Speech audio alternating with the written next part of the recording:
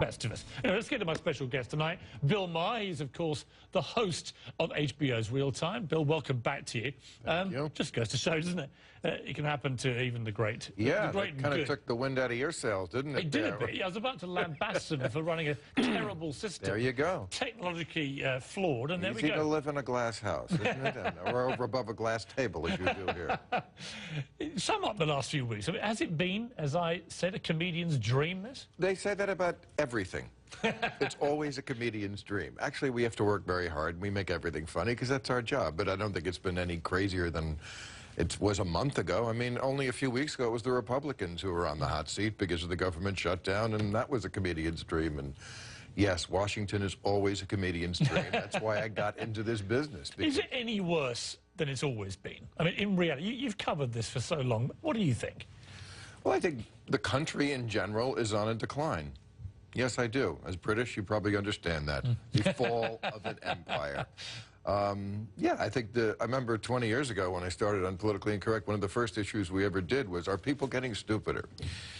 They were then, and they still are. So I can't imagine how stupid they must have gotten. But it sure is hard, if you're a politician, not that I'm really that sympathetic to them, to try to get information into people's heads. I don't think Obama should have lied to people. It was a lie, wasn't it? I mean, well, let's hold on. First of all, insurance companies are always dropping people from their plans. This goes on. This went on before Obamacare, went on after Obamacare. We're losing a lot of perspective here. But yeah, he probably should have not been so blatant about saying you ironclad guarantee. On the other hand, since he got no Republican votes and no Republican help, and since 3 years after it's a law, they're still fighting it, can you imagine what it would be like if he said, yeah, some people, your rates are going to go up? I mean, the thing passed by this much. If they had said that, they might have lost the whole thing. And politicians are always making compromises like that. For crying out loud, they made a compromise on slavery. But when I see the President of the United States... when this country began. Right. But when I see the President of the United States so repeatedly, including at the State of the Union, assuring the American people, look, you want to keep your doctor, you want to keep your plan, you will. And he said it again and again and again. Now we know that senior members in his very administration knew all along. They've known for 3 years that probably at least 50% of all the people that applied, that would not apply to them. They would have to change their plan. But that is a barefaced lie. And I speak as somebody that is supportive of Obamacare. I come from a country where we don't get why there would be any scandal over bringing 11 million more people. Let's look at the perspective again on this. Why did we do this? Why did Obama, a lot of people when he got into office said he made a big mistake. He should have went after the economy first. No, this is the economy. We went after this for a couple of reasons. One, upwards of 50,000 people in this country were dying every year, needlessly, dying because they didn't have health coverage. If that many people died from terrorism, we'd probably be using nukes on some country. The other reason was it was bankrupting this country. We couldn't go on the way we were going to go. We had to do something. What is the Republican alternative? I get that this is not working out perfectly. I don't think anybody ever thought it would. But what is their alternative? Basically the status quo. If you're poor, go to the emergency room. Walk it off. Now, besides the fact that it's awfully cruel to ask any people to wait on a health issue until it's an emergency. Wait till that appendix bursts, young lady. Then we'll go on to the emergency room. It's just counterproductive. And for the people who are always about the takers, this is a massive hidden tax. You may not have never been to an emergency room, but you pay every time people go. No, it's not if I've been to one. I broke 5 ribs actually, and punctured a lung falling off a Segway. Do not use that as your next comedian routine. I woke up to a guy, I was on morphine in agony. I woke up to a guy literally handing me an invoice. And I was like, what the hell are you doing? But you can This is medicine. My point was all the people who go to the emergency room because they do not have coverage. Right. We wind up paying for that. That's one reason why health care costs so much. Right, but I agree with you, and I support the principles of Obamacare. But that's why I'm even more frustrated that the system has failed, allowing perhaps the whole thing to collapse. We don't know how it's going to play out, but if the very people they need to get enrolled, the young people who are pretty healthy now, who may have 30, 40, 50 years, they're the ones they have to get. If they are turned away from this, they're going to get. It's been a fiasco. First of all, every program of this size was a headache at first. So was Bush's Medicare prescription drug program for the old folks. Remember that? Hey, free Viagra. Have a boner on George Bush. Remember me at the polls. Yeah, they didn't like that at first. Now it's very popular. Social Security, Medicare, all these programs have these kind of problems when you start with them. But the reason why it's going to work is women. Yes, young men do not want to sign up because they think they're invincible. Women get it because women are a little more complicated, you know. They want contraception, they want breast exams. They're a little smarter about that too. They don't think they're invincible. Look, it has a lot of problems, but you know what? Even with all the problems, in 4 polls last week, Obamacare is more popular than ever. And Republicans like to cite this statistic that something like 54% of people are against Obamacare. It's very, very misleading. That includes the 16% of people who think it doesn't go far enough. So Americans really want coverage, of course. It's going to be popular. It's about your health, the health of your family. It's a life and death issue. And again, it was there, it was created because people were dying and the country was going broke. It's going to be a rocky birth, but it's not going to fail. Should Sebelius go? I mean, should somebody carry the can for the fact that the system has started so badly? You know, I'm not a big fan of scapegoating. Ever?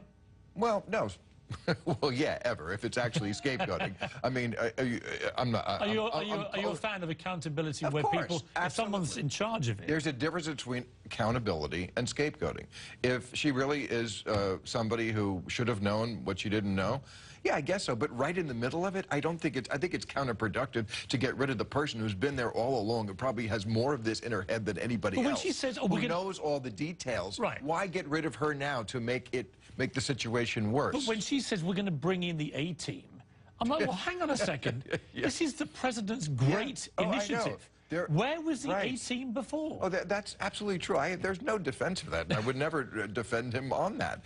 That is so ridiculous and so frustrating for any progressives, because, again, this was his great signature achievement. And why didn't he know a month before, when all these warning signs apparently were there, that it wasn't ready, it was failing?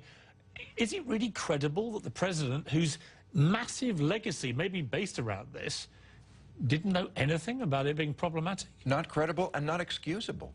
I thought he was the detail guy, you know, and also, as Michael Moore said on my show Friday night, you know, young people, or the ones that are trying to sign up, this is a glitch in the world they live in. This is granddad not knowing how to use the internet, right? This is, you know, well, if I use the clicker, will I get covered, you know? So it's just, there's just no way to excuse this or to say it's a good thing. But again, we'll see where we are in a month. Let's play a clip. This is actually what Eric Cantor had to say. Then I want to play a clip that you had to say on your show. Let's watch Cantor first. If the president knew that these letters were coming and still indicated that you could keep your health care plan if you liked it. Now, that raises some serious questions about the sales job of Obamacare. And that's why we're all saying that we shouldn't allow the American people to be impacted like this. Okay, so that's the Republican criticism of Obamacare, which is one issue in all this, and you've already spoken about it. Let's watch what you had to say about this on your show. I am going as the scariest thing of all. I'm going as the healthcare.gov website. That thing is a bit of a mess. But I tell you something, I love this country. Americans have waited 70 years for affordable health care, but if the website takes more than an hour, I'm watching a cat video.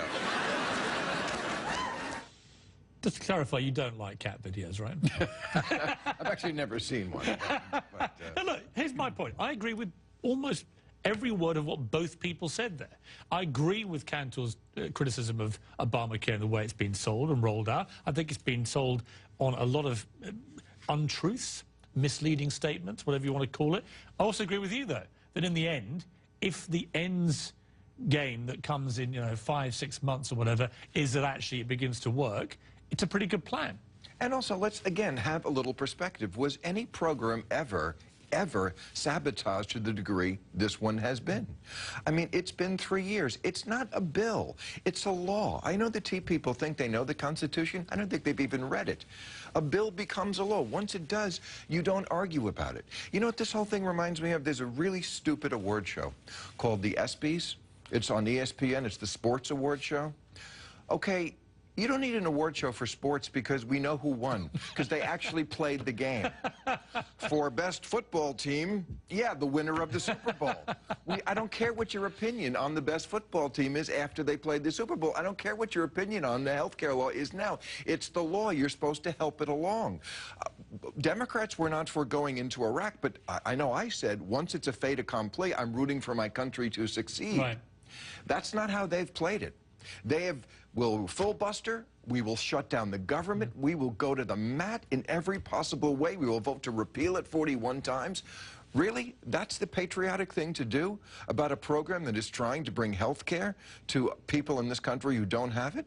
Yeah, there are problems. Let's work together to fix them. Why aren't there Republicans for Medicare for all to begin with? They're supposed to be the party of business. For years, business has been complaining that we are in an unfair advantage with other countries because we have to cover our workers. Because other countries don't have this stupid program that we have where the corporations have to provide the health care. This was started after World War II when they froze wages as a way to compensate workers when they couldn't up their salaries. And we still have it. If we were smart, we would have, like Canada, like Britain, like all these other countries, we would at least have a public option. That would straighten out a lot of this mess. And the other thing is, in states where they want it to work, where they're cooperating, it is working. Right. Which is the greatest hypocrisy of all for the Republicans, because everything they always say is about send it back to the states. The federal government is where things don't work. Let the states handle it. If the states had cooperated and they were handling it as they are in the states that are cooperating, it does work a lot better.